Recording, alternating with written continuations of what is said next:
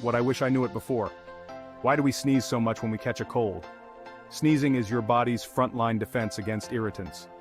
When the cold virus, which is also called rhinovirus, invades our body, it causes chaos in your nasal cells.